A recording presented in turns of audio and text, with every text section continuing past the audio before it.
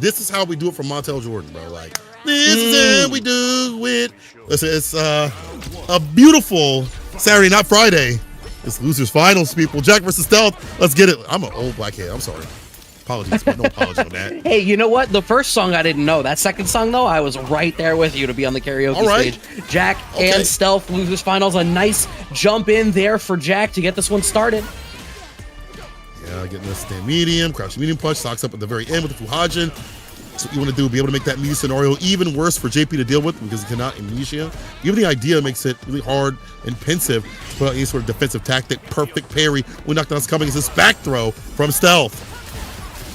Oh my god, that portal covered perfectly. Stealth is, so far from what I've seen, one of the better JPs at placing these portals. The timings have been giving people a lot of trouble. Nice. Stand fierce for the finish. You know, Stealth doing a good job of surviving up in the corner. It's not really a good place to be, but I'll tell you one thing. Like, he did a really good job of understanding what to do and finding these back throws. Normal throw for the OD. Departure, once again, a staple of every JP's toolkit, as well as Stealth. For the throw, but no punish. It died.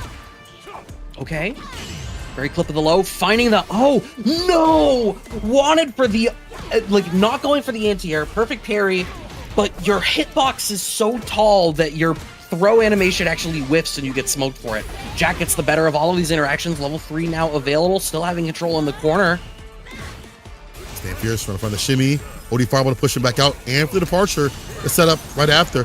JAK just... holds tight, finds a drive rush. That's one of the problems of this matchup. Long-reaching buttons, a fast-ass drive rush that covers so much distance, and if they find that perfect parry, they're in. All right, finds the throw. Keeping the corner control. No, actually corners themselves. Stealth with the presence of mind to go for the dash forward, claim some space. Jump in. No, we have the anti-air. JAK is so ready with it. Stand fierce, gets the punish counter, see that drive rush right up. You're going to enjoy this. Burnout incoming, of course. Departure. We're going to go for damage, I'd imagine. The setup for the departure. Maybe OD, because Stealth loves to use that. Yes, sir. Scenarios like this for the overhead.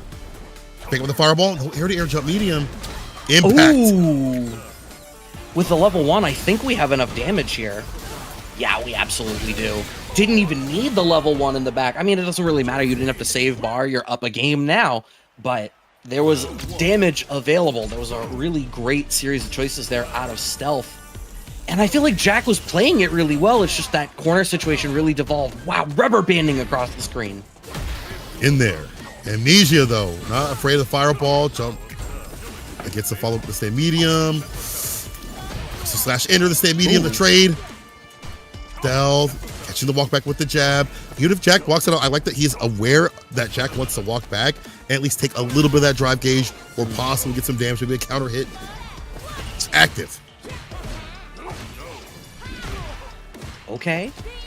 Step kick working out there for JAK, working our way into throw range, keep the pressure going. Drive rush low connects with the level 1 in the back. It ought to be enough. Yes, going for the target combo into level 1, and it is indeed enough. First game up here, or first round up, I'm sorry, in the second game now for JAK. Going back from the brink. I like this. I want to see a real match, a real 3-2. Flash fierce, pistol slash. We go for the pierce right after. Departure. Long range departure. He doesn't really do like the medium one or the close range one. Doesn't matter because if JAK gets in, he's going to get in, right? Like there's no way to stop him if he's going to get in. I feel like that's a strength of Juri in this matchup, right? Like, JP needs to start respecting once your drive rush is in range to clip him. Juri's drive rush goes so far that you have to start respecting Juri extraordinarily soon compared to the rest of the roster, okay? And we have the damage for it, JAK. 1-1 now. Getting out and being better about like locking down the quarter scenario and not letting Stealth get his stuff off. You don't let the level 2s get off. You're saying A-okay. And again, I like that JAK's going for these perfect parries and being able to drive rush and catch up button. Even right there with the medium. Drive rush throw. Drive rush again, the fake out. Looking for the amnesia. Stealth just blocking. Okay. It's the way that JAK is incorporating dashes in his game, back dashes and forward dashes, is really exposing the weakness that JP has of where he needs to start respecting you. Having corner control right now does Stealth. Oh, wow. Okay, the delay low ends up working, and now we get a safe jump into the throw. Pressing the issue. We get a level Okay, drive reversal. Yeah, before that level 2 can come through, so I'll burn out on my own terms. But not going to go out on his own terms right there. The Pierce catching the jump. Yeah, at that point, what can you do at that distance? You're going to get cooked up and clapped. And stealth up around. Ooh, no empty throw. I thought that's what's going to come through. No grip of the grippers. Waiting it out. Oh, trip guard connects. Stealth with corner control now. Waits it out. We find the anti-air. Gets the extra frame kill with the empty departure. And now that's throw number 2. Please let me see 3. I wish more people would do 3. Yeah, I feel like 3 is a good one. I know people like to press after like the 3rd one, but sometimes I feel like pro players are like, yeah, I'll take about 4 or 5. You know what I'm saying? I'll become a Twitter clip on Twitter, and that's okay. But I agree with you. Just do it one more time. Then layer it on a little bit less afterwards if you get back, get the back up at the corner. Backdash away from the forward medium punch. OD gonna get clipped by the dive kick. Smart stuff from JAK. Forward advancement. Oh no. My DR comes out first, so JAK gets all this initiative, finds the throw, life now in their favor, and the overhead off of the drive rush. Is the level 1 gonna be enough? I think it's just shy. Yeah, you were right. Only a little bit. The magic pixel. Oh! Did JAK get the kill though? Bro, if you are something like the fun activation point at some point, no throw from JAK though. Woody fireball, the jump in. Where's the anti-air? It's a stand fierce. It's that foot to face in the corner space. Final round. Oh my lord. That's crazy to me. Stealth fumbled that there.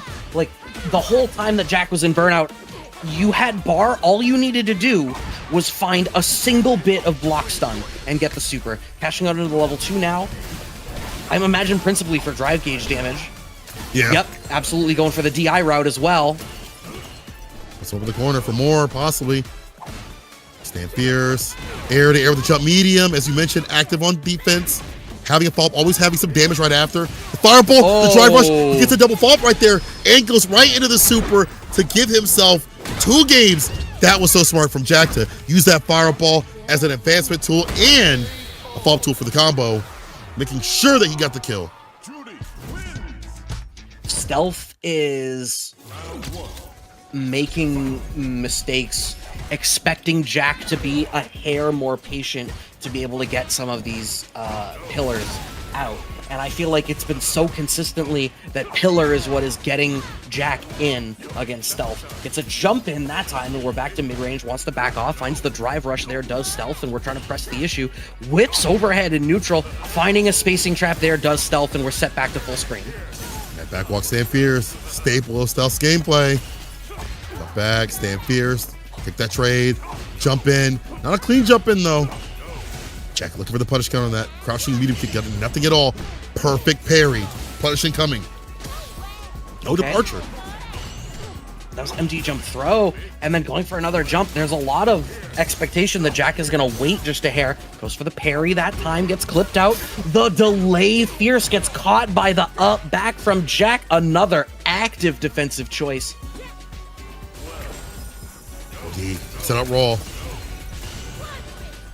Parry, drive rush up, but knows he would have got countered with the stand fear, so send a button. I don't know if I wish that Stealth had tried to route away into a super to be able to close this round out, because you're still 100% in range to die if JAK is able to touch you. No way punish. Maybe too far out though. Activation, level 2 situation. Rev up them engines. Can he get in though? Neutral jump trying strong? to keep him out. Oh, I thought so. Jump medium. Yeah. He's trying to go for it now. 9 seconds. Oh no. Dash forward. You're stuck in the corner. The delay strong. Do we have the damage for it? 3 seconds left. 2, 1. Backdashing. You aren't able to make it happen. JAK secures the round on timeout.